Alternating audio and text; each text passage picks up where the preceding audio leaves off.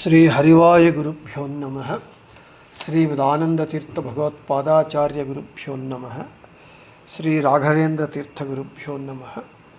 శ్రీ విద్యాసాగర మాధవ తీర్థ గురుభ్యో నమః. హరి ఓం.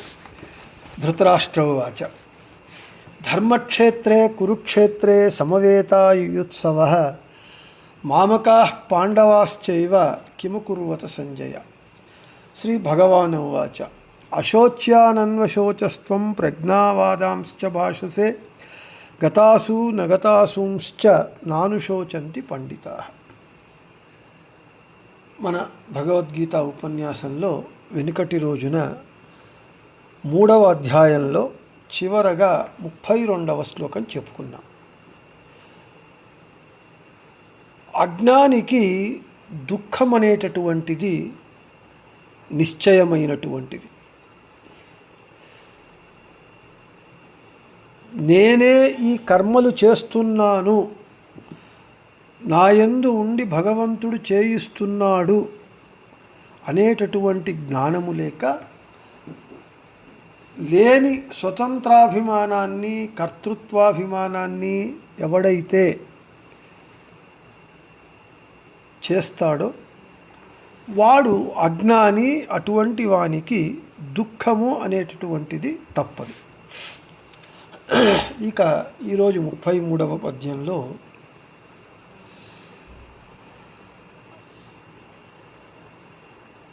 కృష్ణ అర్జునుడు యొక్క ప్రశ్న ఇలా ఉంటూ ఉన్నది. కృష్ణ, నీకు నీ అభిమతమైనటువంటి కర్మను ఆచరిస్తే ముక్తి, లేకపోతే నాశనము అని అయితే ఎందుకు నీ యొక్క అభిప్రాయాన్ని నీ యొక్క మతాన్ని ప్రజలు అనుసరించటం లేదు అనేటటువంటి ప్రశ్నకు 33వ శ్లోకంలో కృష్ణుడు సమాధానం ఇస్తూ ఉన్నాడు. సదృశం చేష్టతే స్వస్యాః ప్రకృతేర్జ్ఞానవానపి ప్రకృతిం యాంతి భూతాని నిగ్రహః కిం కరిష్యతి. ప్రతి ఒక్క జీవి కూడా తన పూర్వ సంస్కారానికి అనుగుణంగా కర్మను చేస్తాడు. తన స్వభావాన్ని ఏ జీవి వదలలేడు. కాబట్టి మనోనిగ్రహము చేయటం వలన ఏ ప్రయోజనము ఉండదు అని కృష్ణుడు చెబుతూ ఉన్నాడు. ఇక్కడ కొద్దిగా మనకు ఒక అయోమయంగా కన్ఫ్యూజింగ్గా ఉంటుంది.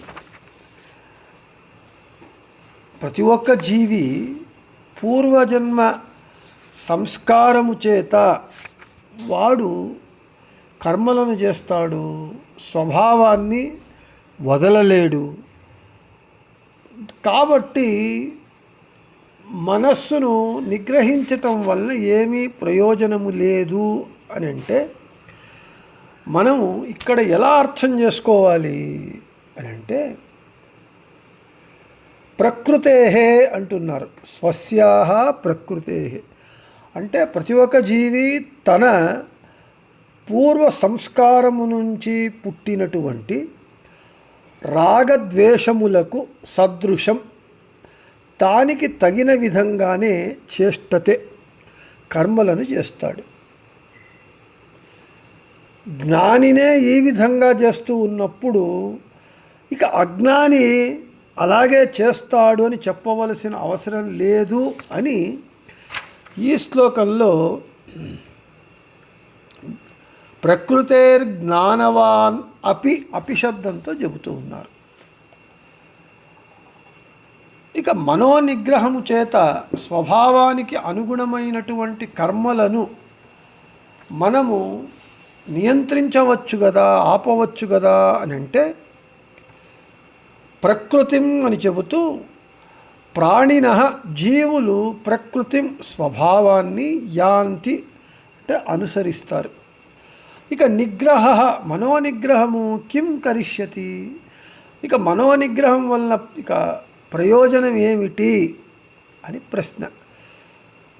అంటే జీవుడు తన స్వభావానికి అనుగుణంగా వాడు అనుసరిస్తూ ఉన్నప్పుడు ఇక నేను మనస్సును నిగ్రహంలో పెట్టుకొని నేను కర్మలు చేస్తాను అని అంటే దాని వలన ఏం ప్రయోజనం ఏముంటూ ఉన్నది? ఎలాగూ వాడు ఎంత మనోనిగ్రహం చేసుకున్నా వాని స్వభావానికి అనుగుణంగానే వాడు పనిచేస్తాడు, కానీ అప్పుడు మనోనిగ్రహం దేనికి పనికిరాదు, ఉపయోగం లేదు అని చెబుతూ ఉన్నారు.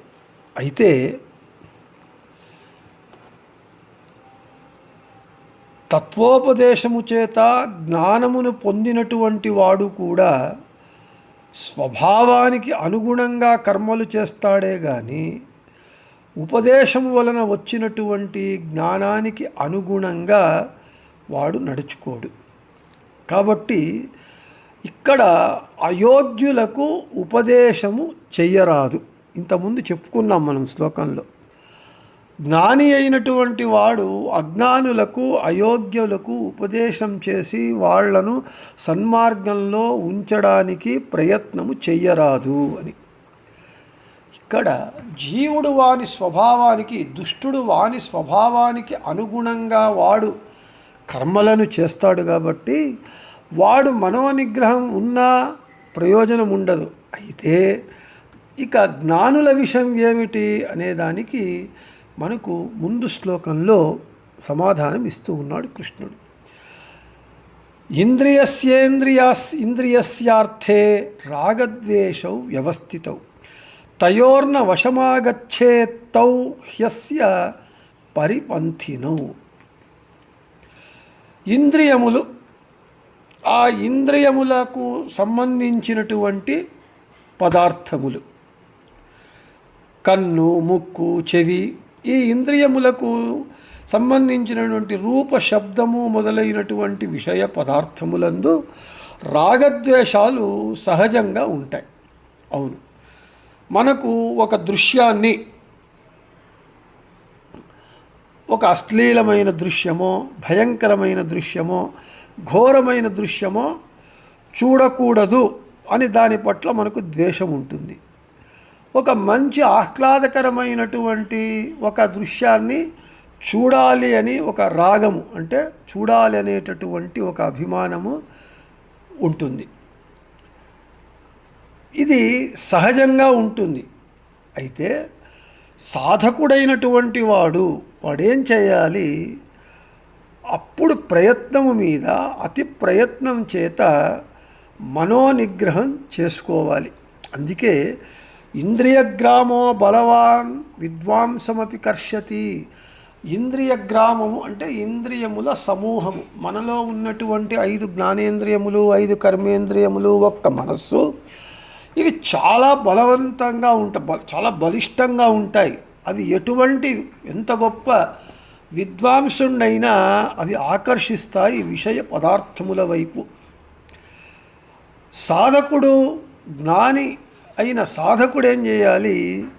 అతి ప్రయత్నం చేత మనస్సు పోయిన చోటికంతా వెళ్ళకూడదు, కన్నులు వెళ్ళిన చోటంతా వెళ్ళకూడదు. కాబట్టి వాడు ఆ ఇంద్రియములను నిగ్రహం చేసుకోవాలి. పోకూడని చోట పోకుండా నిగ్రహం చేసుకోవాలి. ఈ రాగద్వేషములు ఏం చేస్తాయి అంటే మనిషిని తమ వశంలో తీసుకుంటాయి. ఈ రాగద్వేషములు అని 2 చెప్పారు. అయితే అరిషడ్వర్గాలను తీసుకోవాలి. కామ, క్రోధ, లోభ, మోహ, మద, మాత్సర్యములు, ఈ అన్నింటినీ తీసుకోవాలి. కాబట్టి ఈ రాగద్వేషములు అంటే అరిషడ్వర్గములు మనిషిని తన వశంలో తీసుకుంటాయి. అయితే సాధకుడైనటువంటి వాడు, జ్ఞాని అయినటువంటి వాడు రాగద్వేషములకు, అరిషడ్వర్గములకు లోను కాకుండా వాడు మనస్సును నిగ్రహించుకోవాలి. సామాన్యంగా జ్ఞాని, సాధకుడు సాత్వికుడై ఉంటాడు. తామసుడు రాగద్వేషములకు, అరిషడ్వర్గములకు వాడు లోనవుతాడు. అటువంటి వాడు మనోనిగ్రహం చేసుకోవాలి. ఇక ఈ రాగద్వేషములు ఏమున్నాయి అరిషడ్వర్గములు అన్ని విధములైనటువంటి శ్రేయస్సునకు, మంచికి అవి ప్రతిబంధకంగా ఉంటూ ఉన్నాయి. అదే చెబుతూ ఉన్నారు, తయోహో వశం న గచ్చేత్. అంటే రాగద్వేషముల వశమునకు మనము పోరాదు. ఎందుకు అంటే అస్య తౌ పరిపంథినౌ, ఈ రాగద్వేషములు శ్రేయస్సుకు అత్యంత నాశకములుగా ఉంటూ ఉన్నాయి. అంతేకాకుండా అవి పాపములకు, పాపకర్మలు చేయుటకు కారణమై ఉన్నాయి. ఇక మనకు ఎలాగో వీడు స్వభావానికి అనుగుణంగా కర్మలు చేస్తాడు. ఇక మనస్సును ఎందుకు నిగ్రహించుకోవాలి, ఇంద్రియములను ఎందుకు నిగ్రహించుకోవాలి అని అంటే, ఇంద్రియ నిగ్రహము చేత వెంటనే మనకు ఫలము లేకపోవచ్చు. అయితే అత్యంత ప్రయత్నము మీద ఫలం ఉంటుంది అని తాత్పర్యం. ఇక్కడ మనకు ఇది ఇంద్రియముల వశము కాకుండా ఉండటము, మనస్సును నిగ్రహించుకోవటము అనేటటువంటిది యోగ్య జనులకు మాత్రమే, అయోగ్యులైనటువంటి తామసులకు కాదు. వాళ్ళు ఎలాగో మనస్సును నిగ్రహించుకోలేరు.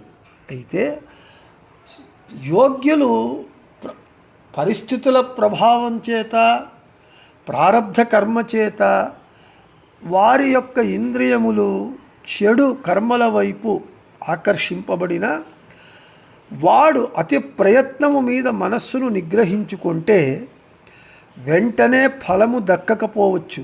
అయితే మనం లాంగ్ రన్ అంటాం కదా, ఆలస్యమైన దాని ఫలము మనకు ఉంటుంది. అందరూ చెడు పనులు చేస్తూ ఉంటారు మన చుట్టూ ఉన్నటువంటి వాళ్ళు. మనకు కూడా ఆ చెడు కర్మలు చెయ్యాలి అనేటటువంటి ఒక కోరిక కలుగుతుంది. దానికి ఆకర్షితులవుతాము. అయితే అప్పుడు మనము ఆ మనస్సును నిగ్రహించుకొని ఆ కర్మ చేయకుండా మనము నిగ్రహం చేసుకొని ఉంటే అప్పుడు తాత్కాలికంగా మనకు వెంటనే ఇన్స్టెంట్గా ఏ ఫలితము లేకపోవచ్చుగాక. అయితే నిదానంగా 1 గంట 2 గంటలు, 1 రోజు 2 రోజుల తరువాత ఆ చెడు కర్మలు చేసినటువంటి వాళ్ళు పోలీసులకు చిక్కి జైలు పాలు కావటము అనేటటువంటిది జరుగుతుంది. వీడు అప్పుడు ఆ ఇంద్రియమును నిగ్రహించుకొని వాడు కర్మలను, ఆ కర్మలో వాడు పోకుండా, కర్మ చేయకుండా ఉండటం వలన ఆలస్యంగా వానికి ఫలం దొరికింది. పోలీసుల చేతికి చిక్కకుండా జైలు పాలు కాకుండా ఉండటము అనేటటువంటిది. కాబట్టి ఈ ఇంద్రియ నిగ్రహము, మనోనిగ్రహము అనేటటువంటిది యోగ్యులకు మాత్రమే. చెడు వారికి, చెడు వాళ్లకు అది సాధ్యం కాదు, వాళ్లకు చెప్పబడలేదు. కాబట్టి ఇక్కడ భగవంతుడు ఏమని చెబుతూ ఉన్నాడు? ఇంద్రియ నిగ్రహం చేసుకోండి, మనోనిగ్రహం చేయండి, అరిషడ్ వర్గాలను మీ వశంలో ఉంచుకోండి, వాటి వశంలో మీరు వెళ్ళవద్దండి అని ఏమి భగవంతుడు చెబుతూ ఉన్నాడు? ఇవన్నీ కూడా సాధకునికి, యోగ్య జీవులకు ఇవి వర్తిస్తాయి. కానీ చెడు వారికి, చెడు ప్రజలకు అవి రుచించవు, అది ప్రయోజనము ఉండదు. అందుకే తెలుగులో ఒక సామెత ఉన్నది, పందికేల పన్నీరు అని. ఒక పందికి పన్నీరు సరోవరంలో దాన్ని వదిలితే ఒళ్ళంతా దానికి మండుతుంది. దానికి కావలసిందేది కాలువ నీళ్ళే. కాబట్టి ఇది ఇప్పుడు కృష్ణుడు ఇంతవరకు చెప్పినది జ్ఞానులకు, యోగ్యులకు, వాళ్లకు మాత్రమే కానీ తామస జీవులకు కాదు అని చెబుతూ, ఇక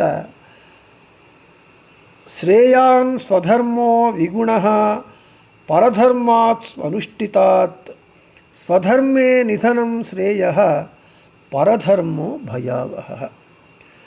స్వధర్మాచరణయే శ్రేష్టము అనేటటువంటి విషయాన్ని చెబుతూ ఉన్నాడు కృష్ణుడు. దానిని రేపు చెప్పుకుందామని చెబుతూ శ్రీకృష్ణార్పణమస్తు, మధ్యేశార్పణమస్తు. అందరికీ శుభమస్తు.